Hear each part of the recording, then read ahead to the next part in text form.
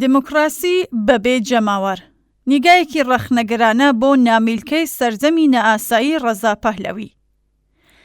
لە بارودۆخێکدا کە ڕژیمی کۆماری ئیسلامی بەهۆی قێرانە قوڵ و چارە هەڵنەگرەکانی لە لێواری داڕماندایە، باس و خواز دەربارەی داهاتووی دەسەڵاتی سیاسی لە ئێران بووەتە پێویستیەکی سیاسی بۆ هەموو هێزەکانی ئۆپۆزیسیۆنی کۆماری ئیسلامی. لەم نێواندەدا ڕەزا پەهلەوی بە بڵاوکردنەوەی نامیلکەی سەردەمی نەئاسایی واتە دەفتەرچەی دۆرانی ئێسترار هەوڵی داوە خۆی وەک کەشتیوانی قۆناغی ڕاگواستنی دوای ڕووخانی ڕژیم بناسێنێت. بەڵام ئایا ئەم نامیلکەیە نەخشە ڕێگایەکە بەرەو ئازادی و یەکسانی یان گەڵاڵەیەکە بۆ دووبارە بەرهەمهێنانەوەی ستەمکاری لە بەرگێکی نوێدا؟ پێش هەموو شتێک با لەوە بگەڕین کە ئەوەی ڕەزا پەهلەوی و تەنانەت هێزە بۆڕژوازەکانی تری ئۆپۆزیسیۆنی کۆماری ئیسلامی لە ڕووی بەرنامەی ئابووریەوە لێرە و لەوێ بە شێوەیەکی شەرمنانە باسی لێوە دەکەن. لە ناوەڕۆکی ڕاستەقینەی خۆدا شتێک زیاتر نییە لە ڕێنماییەکانی بانکی جیهانی و سندوقی نێودەوڵەتی دراو لە ڕاستیدا نیۆلیبرالیزمی ئابووری. بەرنامەیە کە دەزانین لە وڵاتانی لە حاڵی گەشە سەندندا بووەتە هۆی چ کارەساتێکی ئابووری و کۆمەڵایەتی. بە هەرحاڵ ئەم بەڵگەنامەیە ئیدعای ئەوە دەکات کە پرسی دیمۆکراسی لە سەردەمی ڕاگواستنی کردووەتە ئەولەویەتی خۆی. ئێمەش لێرەدا بێبنەمای ئەم ئیدعایە دەسەلمێنین. لەم بوارەدا پرسیارە سەرەکیەکە لەم بەڵگەنامەیە ئەوەیە: لەو مۆدلەی کە نامیلکەکە باسی دەکات دەسەڵات بەکێ دەستپێردرێت و مێکانیزمی کۆنتڕۆڵی ئەم دەسەڵاتە کامەیە؟ پێداچوونەوە بە ناوەڕۆکی ئەم بەڵگەنامەیەدا نیشانی دەدات کە وەڵامی ئەم پرسیارە بە پێچەوانەی ڕووکەشە ڕازاوەکەی زۆر مەترسیدارە. دیارترین تایبەتمەندی نامیلکەی نەئاسایی ناوەندگەراییەکی تۆندڕەوانەیە. بەپێی بەندە جیاجیەکانی ئەم بەڵگەنامەیە ڕێبەری ڕاپەڕینی نەتەوەیی لە سەروی هەموو کاروبارەکاندایە، لە پەسەندکردنی کۆتایی دەستنیشانکردنی ئەندامانی حکوومەتەوە بگرە تا دەستپێشخەری بۆ پێکێنانی دامەزراوەکان بە بیانووی سەردەمی ڕاگواستن، هەمووی لە ژێر دەسەڵاتی ڕێبەرێکی خۆسەپێندا دەبێت. ئەم پێکاتەیە نەک هەر پرەنسیبی جیاکردنەوەی دەسەڵاتەکان پشتگوێ دەخات، بەڵکو بە کردەیی دەسەڵاتێکی بێسنوور لە دەستی یەک کەسدا کۆ دەکاتەوە. لەم مۆدێلەدا ڕێبەر شەرعیەتی خۆی نەک لە دەنگی جەماوەر بەڵکو لەو پێگەیەوە وەردەگرێت کە بە ئارەزووی خۆی وەک ڕێبەری خۆسەپێن پێناسەی کردووە. نامیلکەی نەئاسایی لە کاتێکدا ئیدعای بەڕێوەبردنی ئێرانی سبەینێ دەکات کە لە تەواوی ئۆرگانەکانی بڕیاردان و بەڕێوەبردنیدا هیچ شوێنەوارێک لە ڕۆڵی ژنان نابیندرێت. ئەمە لە کاتێکدایەکە ڕاپەڕینی ژن-ژیان ئازادی بەڕوونی نیشانیدا کە ژنان نەک هەر پێشەنگی خەباتن، بەڵکو یەکێک لە بنیادنەرە سەرەکیەکانی داهاتووی ئێران دەبن. هەر گەڵاڵەیەک بۆ داهاتوو کە ژنان پەراوێز بخات لە بنەڕەتدا دژە دیمۆکراسیە.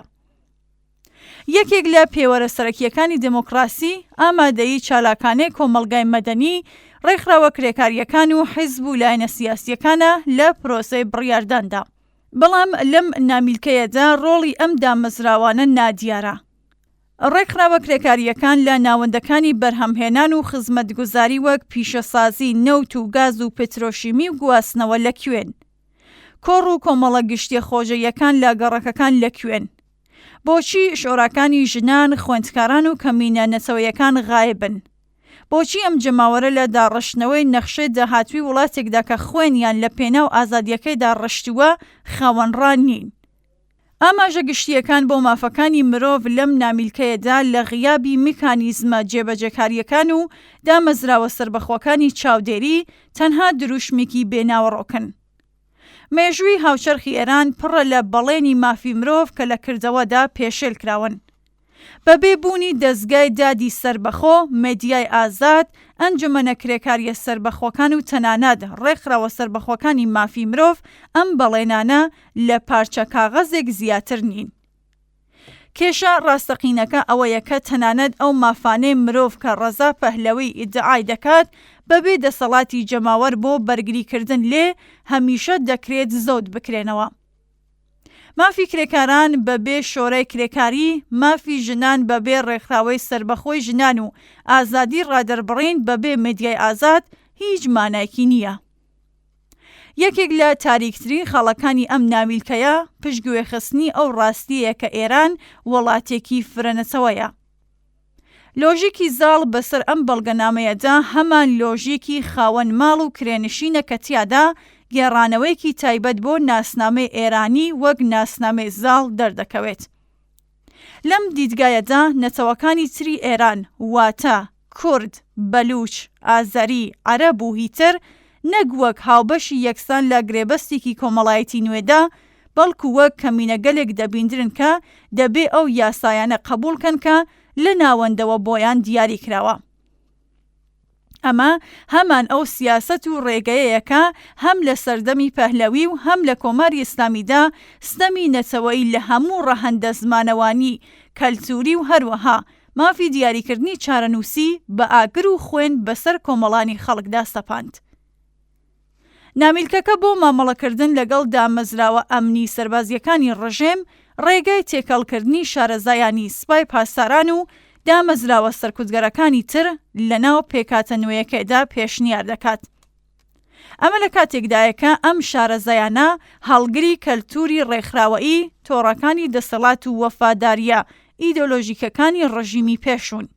تێکەڵکردنی ئەوان لەو پێکاتە نوێیەی مەبەستی ڕەزا پەهلەویە مانایکی نییە جگە لە دووبارە بەرهەمهێنانەوەی هەمان تۆڕەکانی دەسەڵات لە بەرگێکی تردا. ڕەنگە گرنگترین لاوازی ئەم بەڵگەنامەیە نەبوونی هیچ استراتێژێکی ڕوون بێت بۆ چۆنیەتی ڕووخاندنی ڕژێم. پشبەستن تەنها بە گوشاری دەرەکی و داڕمانی خۆبەخۆ نیشانی دەدات کە نووسەرانی ئەم دەقە نەیانتوانیوە پەیوەندیەکی ڕاستەقینە لەگەڵ بزووسنەوە کۆمەڵایەتیەکانی ناوخۆی وڵات دروست بکەن. لەم بەڵگەنامەیەدا جەماوەر نەک وەک هێزی بزوێنەری گۆڕانکاری، بەڵکو وەک بینەرێکی پاسیڤ دەبیندرێن کە تەنها لە کۆتایی ڕێگەکەدا ئەو بڕیارەی پێشوەختە دراون پەسەند دەکەن. ئەوەی کۆمەڵگەی ئێران پێویستی پێیەتی نەک نیمچە بەرنامەیەک لە ژێر ناوی نامیلکەی نائاسایی لەسەر بنەمای تاکە کەسێک، بەڵکو بەرنامەیەکی گشتگیرەکە پشت بە ویست و ئێرادەی هۆشیارانەی زۆرینەی خەڵکی ئێران دەبەستێت.